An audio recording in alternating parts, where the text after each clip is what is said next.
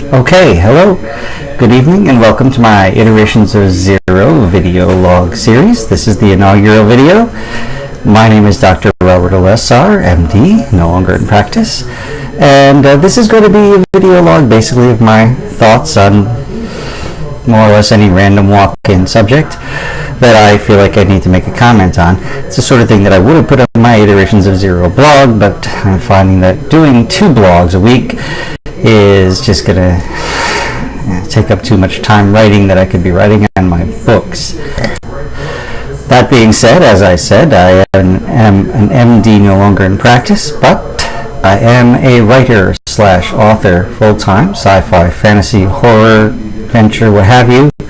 But I also write a blog, and I tend to write about my writing in the blog, robertelessar.com.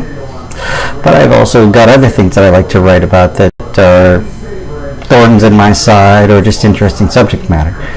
So this is going to be my way to try to address some of those in ways that might reach more people than the blog would. I want to apologize if it seems like the video is a little clunky. Obviously, I'm pretty new at this. This is my first video other than a funny one I made where I was doing part of Hamlet's soliloquy a long time ago. And, well, the planet was far away at that time, I suppose. So, I apologize for the quirkiness of the video, also for the fact that you have to kind of look at my ugly mug.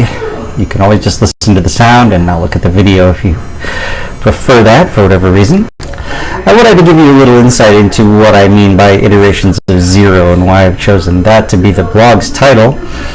Basically, it comes from a couple of different sources that all run together.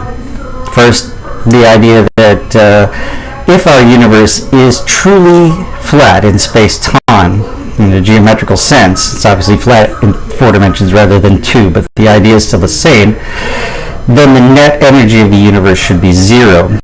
How does that work when we see all sorts of matter and energy all around us? Well, the positive energy of matter, energy, dark matter, and so forth is balanced perfectly by the negative energy of gravity. That gives us a universe that is effectively a free lunch, which is kind of a pleasing idea. This idea is more thoroughly explained and expounded upon, especially in both, well, mainly in A Universe from Nothing by Lawrence Krauss, one of my favorite physicists. He did first a lecture with that title. I don't remember if it was the AAI or some other meeting. Anyway, best video lecture online that I've ever seen. I will try to put a link to that in the comment section below this video if I can figure out how to do that. That lecture was so popular that he then also went on to write a book called A Universe from Nothing, and it is an excellent book. I can highly recommend that as well. I've purchased and read it and listened to it as an audio book as well. Always very good. Another thing that A Universe from Nothing, another thing that Iterations of Zero refers to, and that also, now, I don't really recall whether this idea was brought up in A Universe from Nothing. But anyway, there's this sort of whimsical notion that since, say, for instance, matter and antimatter can be described as the same particle going backward versus forward in time, so an electron and a positron colliding and giving off 2 photons can be drawn or seen as an electron moving forward in time, deflecting off 2 photons, and by deflecting, turning around and going backward in time. The effect is the same if you do the Feynman diagrams.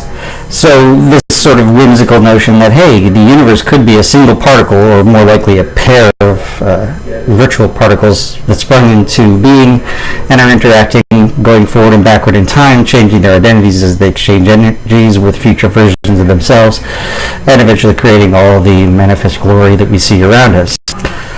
Now, this is a pretty unlikely possibility. It does raise the question, well, does that mean that the universe would eventually then collapse back in itself and vanish away as virtual particles do? Or would it continue expanding indefinitely into time as we see it seeming to be inclined to do?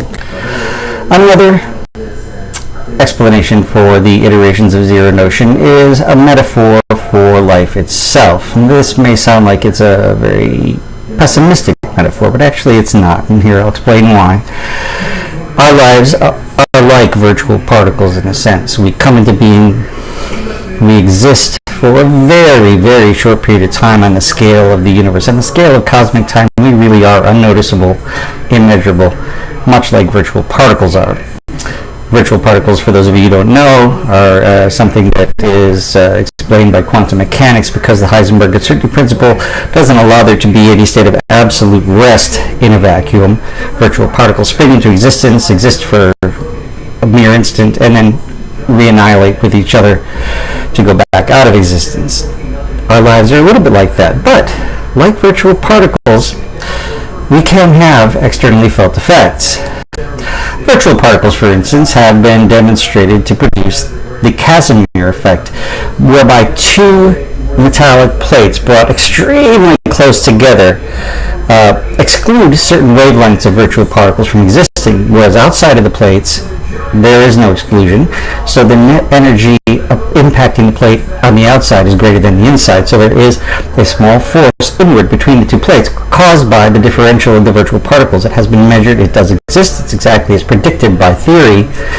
Virtual particles are also responsible for so-called Hawking radiation, where a virtual particle that comes into existence just outside the event horizon, well, one of that pair goes into the event horizon, another pair goes off into reality and stops being virtual, carrying away some of the mass of the black hole. And this is why black holes are predicted to evaporate over time. A very, very long time, but they will evaporate. More prominently, virtual particles are really responsible for the conveyance of the magnetic force you feel when you use a magnet on something, and presumably virtual gravitons would be responsible for the force of gravity that's constantly pulling you toward the earth. So in that sense, and in others, though our lives are ephemeral and more or less the equivalent of virtual particles, mere iterations of zero, if you will, coming from nothing and returning to nothing, ashes to ashes, dust to dust, we nevertheless can have, through our actions in our lifetime, effects that will reach far beyond us and may be felt by the universe at large.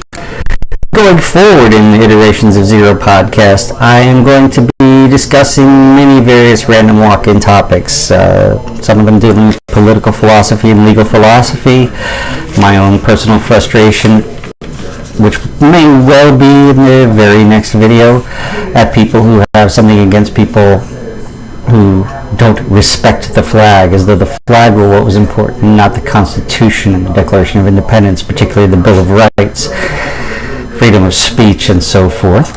But obviously I'm also interested in science, so I'll be talking about plenty of science-related topics and so forth. Those are great fun, at least they are for me, and this is for me anyway. If you like to watch it, that's great. I'll no doubt be making critiques of the legal and judicial system with recommendations about ways that I think it might be improved, both to make it more consistent with the actual letter of the Constitution and also with the desire to seek justice as a whole in society, which of course is the only purpose for laws to exist. And of course I'm going to be discussing my books. If you like this video and you want to support it, buy my books. They're all available on Amazon. I will definitely try to put a link down below to my author's page on Amazon or something equivalent. They are Mark Red, Welcome to Paradox City, Son of Man, and The Chasm and the Collision. And I'm currently working on my next book, Unanimity, which is coming along very well. Thank you very much for asking. And I will let you all know both in video and in my blog how it's progressing. In the meantime, thank you very much for watching. I hope you haven't been too bored. Maybe you've even enjoyed little bits of it. I will be back shortly. Ta-ta for now. TTFN.